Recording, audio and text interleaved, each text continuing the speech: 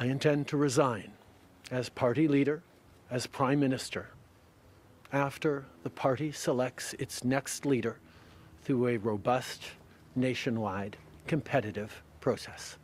This country deserves a real choice in the next election, and it has become clear to me that if I'm having to fight internal battles, I cannot be the best option in that election.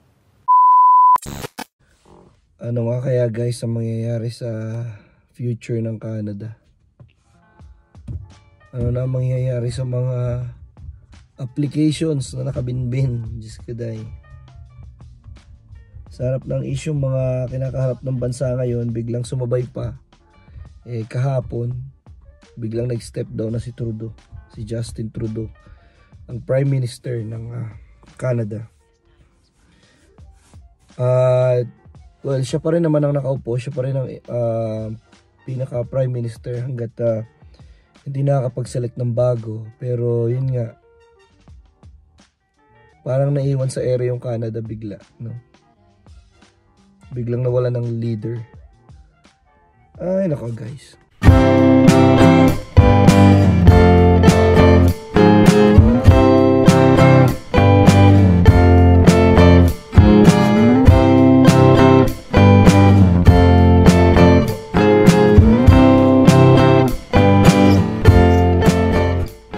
Ang sakit ng lalamunan ko dahil dito sa ubo na ilang araw na. At yun nga, kahapon gusto ko sanang mag-vlog, ano, parang update tungkol dito. Kaso hindi ko na nagawa. Ang bilis Samahan ko yung dalawang bata kasi meron silang meron silang check-up eye check-up dito sa Walmart. 308. Saktong-sakto lang tayo. Ano bang kailangan ko dun? Wala naman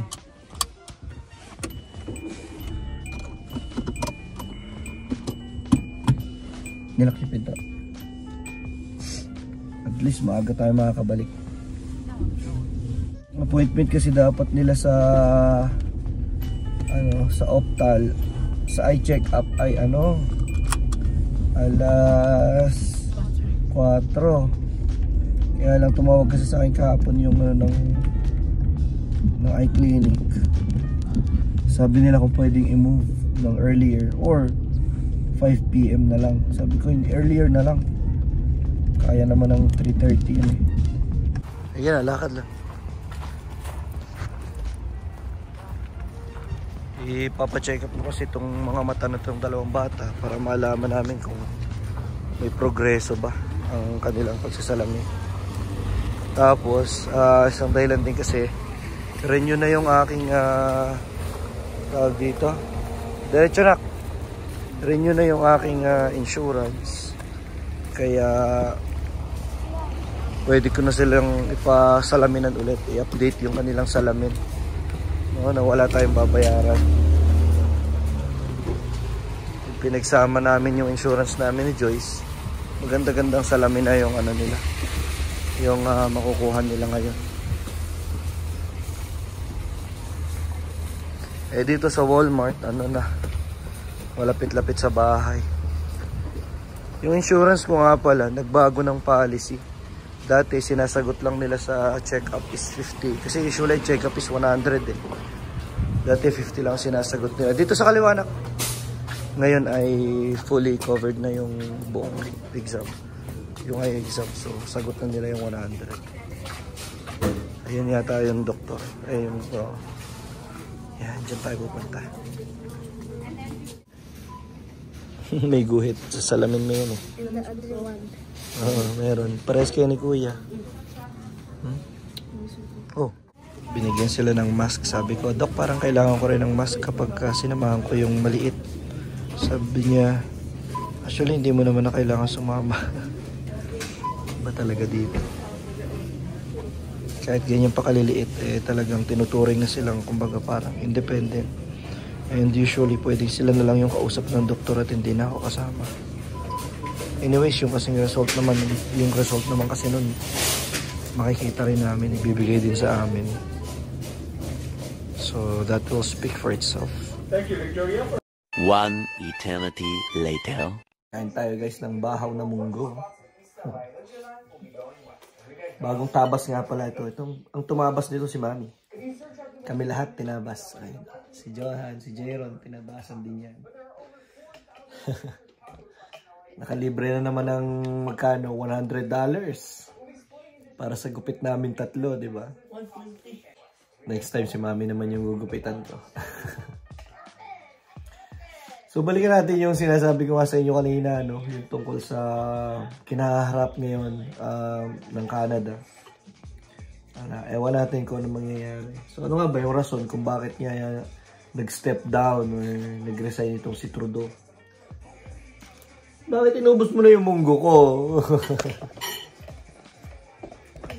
Marami. No more. Wala na nga. Marami kasing spekulasyon eh, no? Maraming kuro-kuro kung bakit niya siya nag-resign. Pero kung ano yung tumatakbo sa isip niya, syempre, siya lang ang nakakalam nun. Kung ano yung totoong nasa utak niya, di ba? So, lately nga kasi, sobrang dami na nang ibinabato sa gobyerno ni Justin Trudeau at ng Liberal Party.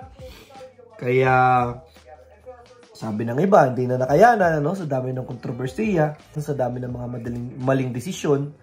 Yun ang sabi ng iba, no? Kagaya na lang halimbawa, kasi yung kanyang #1 contender sa election, si Pierre Poilievre, talagang siya yung tinitira sa lahat ng mga, para sa kanya, ibinato lahat ng sisi. Lahat ng mga nangyayari dito, like yung mataas na presyo ng mga bilihin, yung pagkataas-taas na presyo ng bahay, yung immigration system na medyo sablay sa ngayon, sobrang dami ng backlogs, sobrang dami ng ginagamit yung sistema para sa mga pansarili nilang kapakanan, ano? Yung mga bad players. Ang dami daw ng foreign workers na sa Canada, kaya hindi na magkaroon ng trabaho para sa mga tunay na Canadians. So madaming sa immigration pa lang yun, no? Yung mga nabanggit ko. So marami pang ibang desisyon. And then lately, yung mga member ng gabinete niya, nagre-resign na. So parang ang nangyayari kasi sa politika nila dito is nakikita ng Liberal Party na wala na silang pag-asa manalo sa election dahil kay Justin Trudeau. Dahil talagang bumaba na ng todo yung popularity niya. So napakalaki na ng chance na manalo yung kanyang #1 na kalaban na si Pierre Poilievre. Yan. Kaya nga lang, 'di ba? Kung iisipin niyo, sa saglit na panahon, ilang buwan na lang at election na. May magagawa pa ba ang iluluklok nila bilang pansamantalang prime minister para manalo yung partido nila? Hindi natin alam. May iba rin nagsasabi na kumbaga tactical lang din daw yan. Marami pang ibang mga sinasabing dahilan. Pero isang pinakamainit ngayon, yung kay Donald Trump. Kasi nagsimula sa mga joke ni Donald Trump. Kasi nga 'di ba na elect na siya as bagong presidente ng US. And in 2 weeks, para in 15 days, uupo na siya sa posisyon. At ang isang banta na sinabi niya para sa Canada ay magpapataw siya ng napakataas na tariff. No, sa lahat ng mga produkto na itatawid ng Canada papuntang US, papatawan niya ng 25% na tariff or parang tax, di ba? So, magiging napakabigat noon para sa Canada at baka mag-crumble talaga ang ekonomiya ng Canada dahil doon. At ngayon pa nga sumabay lahat ng mga kontrobersiya sa politika dito sa Canada. So talagang ang nangyayari parang ginigit-git ni Donald Trump itong Canada. Alam nyo kasi ang gusto niya, sabi niya, pumayag na kasi kayo na maging 51st state ng United States. Yun kasi dapat, yun ang inaano niya, yun ang gusto niyang mangyari. No? Nagsimula siya as joke pero ngayon parang seryoso na siya sa mga sinasabi niya. Hindi military force ang gagamitin niya, sabi niya, pero economic force. Kumbaga parang economic, gigit-giting kita para bumigay ka at maging sakop ka na ng United States. Canada and the United States, that would really be something. You get rid of that artificially drawn line and you take a look at what that looks like. Kung isipin nyo, di ba, parang grabe, napakalaki ng Canada para maging isang state na 51st state ng United States. Pero yun nga, sabi niya kung hindi nyo maaayos kasi ang ang border at patuloy na makakapasok ang mga drugs at mga illegal immigrants from Canada to US, sabi niya, yun nga, papatawa namin kayo ng napakataas na taripa. So, isang malaking banta yun sa ekonomiya ng Canada. Kaya hindi malaman kung ano mangyayari. Pero sumagot si Justin Trudeau doon sa sinabi ni Trump. Sabi niya, not a snowball's chance in hell. Kumbaga, parang kung sa pagputi ng uwak, no? Walang chance, walang pag-asa yung sinasabi mo na maging 51st state ng US ang Canada. Pero malay natin, politika kasi yan eh. Ganyan naman talaga eh. Mga mabubulaklak na pananalita, diyan sila magaling eh. Kaya hindi natin alam din talaga what the future holds. Pero kung mangyari yun, grabe. Matatatak sa history ng buong mundo si Trump bilang isa sa pinakamalupit na presidente ng US para makuha niya yung Canada. Ubod na laki ng Canada para maging 51st state ng United States. Grabe naman. Wala na yung pagkain ko, yung munggo ko. Pasensya na kayo guys sa boses ko, talagang gusto ko lang mag-share, di ba? Ang pakasakit talaga lalamunan ko, kaya bumili na ako ng gamot. Nasaan yung gamot ko na? Saan pa?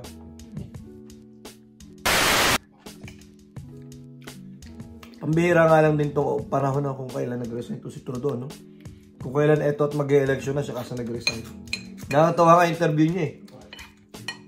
Nung nag-announce siya kahapon, pabalik na siya doon sa kanyang bahay, doon sa kanyang tinitiran. Biglang may reporter na humabol pa. Sabi niya, ba't ngayon mo lang naisip mag-resign? So technically, siya pa rin naman ang Prime Minister.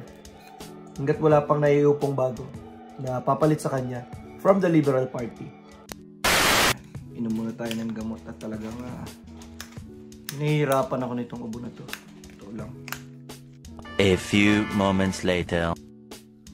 So, yun na nga guys, na-share ko lang sa inyo kung ano yung nangyayari ngayon dito sa Canada. Medyo magulo yung politika ngayon nila dito.